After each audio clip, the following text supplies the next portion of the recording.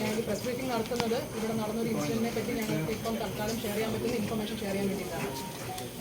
മാന്നാട് എരമത്തൂർ ഭാഗത്തുള്ള കല എന്ന് പറയുന്ന ഒരു സ്ത്രീ, ഡോട്ടർ ഓഫ് ചേലപ്പൻ മീനത്തേരി ഹൗസ്. അപ്പം ഇങ്ങനെ ഒരു സ്ത്രീ ഇവിടെ ഉണ്ടായിരുന്നുള്ളതും അവർ 2008-2009 കാലഘട്ടത്തിൽ ഇവിടുന്ന് മിസ്സിംഗ് ആണെന്നുള്ള ഒരു രഹസ്യ ഇൻഫർമേഷൻ ലഭിച്ചതിൻ്റെ പേരിലാണ് നമ്മൾ എൻക്വയറി സ്റ്റാർട്ട് ചെയ്ത് അത് മിസ്സിംഗ് ആണെന്നുള്ള കാര്യം നമ്മൾ സ്ഥിരീകരിച്ചതിന് ശേഷം അമ്പലപ്പുഴ പോലീസ് സ്റ്റേഷനിലാണ് നമ്മൾ ആദ്യമായിട്ട് ഇതിന് മിസ്സിംഗിന് ഒരു FIR ഇടുന്നത്.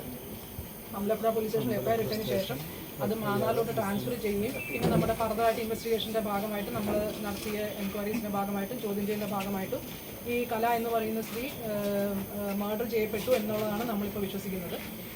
അപ്പോൾ അവരുടെ ബോഡി ഇവിടെയുള്ള അവരുടെ ഹസ്ബൻഡായിരുന്ന അനിൽ എന്ന് പറഞ്ഞ ആളുടെ വീടിൻ്റെ സെപ്റ്റിക് ടാങ്കിലാണ് ഇട്ടേക്കുന്നുള്ള ഒരു ഇൻഫർമേഷൻ ബേസിലാണ് നമ്മളിന്ന് സെപ്റ്റിക് ടാങ്ക് നമ്മളിന്ന് സെർച്ച് ചെയ്തത്. അപ്പം ഇതിൻ്റെ ഭാഗമായിട്ടുള്ള ഇൻവെസ്റ്റിഗേഷൻ വളരെ പ്രിലിമിനറി സ്റ്റേജിലാണിപ്പോൾ. അപ്പോൾ നമ്മളിപ്പോൾ FIR ഇടുന്നുണ്ട് മർഡർ കേസിന്. ബാക്കിയുള്ള ഇൻവെസ്റ്റിഗേഷൻ ഫർദർ പ്രൊസീഡ് അനുസരിച്ചിട്ട് ഫർദറായിട്ട് ഇൻഫർമേഷൻ എല്ലാവരുമായിട്ട് ഷെയർ ചെയ്യുന്നതായിരിക്കും. എത്ര പേര് കസ്റ്റഡിയിലുണ്ട്? ഇവരെ കസ്റ്റഡിയിൽ എടുക്കാനുള്ള സാഹചര്യം എന്താണ്? 15 പേരാണുള്ളത്. അപ്പോൾ അവരെ ഈ മിസ്സിംഗുമായിട്ട് ബന്ധപ്പെട്ട് ചോദ്യം ചെയ്യാനായിട്ടാണ് കസ്റ്റഡി എടുത്തത്. 5 പേരാണ്. അതെ, 5 പേരാണ്. എങ്ങനെ കൊല ചെയ്യപ്പെട്ടു അത്തരം കാര്യങ്ങളുള്ളത്? ഇല്ല, അത്രയും ഡീറ്റെയിൽസ് ഒന്നും നമുക്കിപ്പം സ്ഥിരീകരിച്ച് പറയാൻ മാത്രമായി. ഈ 5 പേരും ഈ ഭർത്താവ് സുനിലിന്റെ ബന്ധുക്കളാണോ സുഹൃത്തുക്കളാണോ, എങ്ങനെയാണ് അവർ കണക്ട് ചെയ്തിരിക്കുന്നത്? അത് പല രീതിയിലുള്ള കണക്ഷൻസ് ആണ്. അങ്ങനെ എല്ലാവരും തമ്മിൽ ഒരേ രീതിയിലുള്ള അറിയുന്ന ആൾക്കാരാണ്. ഈ സുനിലിന്റെ ഏതെങ്കിലും അനിലിനെ നമ്മൾ സംശയിക്കുന്നുണ്ടോ? അനിലിനെ വിദേശത്ത് നിന്ന് ഇങ്ങോട്ട് കൊണ്ടുവരുന്നതിനുള്ള ഏതെങ്കിലും നടപടിക്രമങ്ങൾ ഈ ഘട്ടത്തിൽ തുടങ്ങിയിട്ടുണ്ടോ? നമ്മൾ സംശയിക്കുന്നുണ്ട്. പിന്നെ അയാളെ അവിടെ കൊണ്ടുവരുന്ന നടപടികൾ തുടങ്ങിയിട്ടുണ്ട്.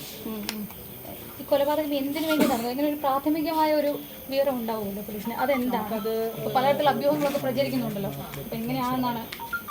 അല്ല, നമുക്കിപ്പോൾ സോഫാർ നമുക്ക് ഒരു പേഴ്സണൽ ആയിട്ടുള്ള ഇഷ്യൂസ് അല്ലാണ്ട് വേറൊരു ഇഷ്യൂസും നമ്മുടെ മുന്നിൽ വന്നിട്ടില്ല. ഇന്ന് അവിടെ പരിശോധന നടത്തിയതിൽ ഏതെങ്കിലും തരത്തിലുള്ള എവിഡൻസ് കിട്ടിയിട്ടുണ്ടോ? എവിഡൻസ് കിട്ടിയിട്ടുണ്ട്. അതുകൊണ്ടും കൂടിയാണ് നമ്മളിപ്പം മർഡറിന് FIR ഇടുന്നത്. പക്ഷേ നമുക്കത് എവിഡൻസ് എന്തൊക്കെയാണ് കൃത്യമായിട്ട് നമുക്ക് പറയാൻ ഒരു ഫോറൻസിക് പരിശോധനയ്ക്ക് ശേഷം മാത്രമേ പറയാൻ കഴിയൂ. ഇപ്പം 15 വർഷക്കാലമായി, അതുകൊണ്ട് തന്നെ നമുക്ക് കാഴ്ചയിൽ ഒരുപാട് എവിഡൻസ് കിട്ടിയതായിട്ട് കാണുന്നില്ല. അപ്പം ഏതെങ്കിലും തരത്തിലുള്ള കെമിക്കൽസ് ഉപയോഗിച്ചതായിട്ട് കരുതുന്നുണ്ട് ഈ സെപ്റ്റിക് ടാങ്കിലൊക്കെ? അത് ഉണ്ടാവാം. അതിന് പരിശോധിക്കാൻ വേണ്ടി സാമ്പിളൊക്കെ എടുത്തിട്ടുണ്ടോ? കൊലപാതകം പുറത്ത് വെച്ച് നടത്തിയെന്നാണോ അതോ അവിടെ വെച്ച് തന്നെ നടത്തിയതാണോ? ഇപ്പോൾ പറയാൻ പറ്റുന്ന ഒരു അവസ്ഥയല്ല, സിറ്റുവേഷൻ അല്ല. നമുക്ക് സ്ഥിരീകരിക്കാൻ പറ്റാത്ത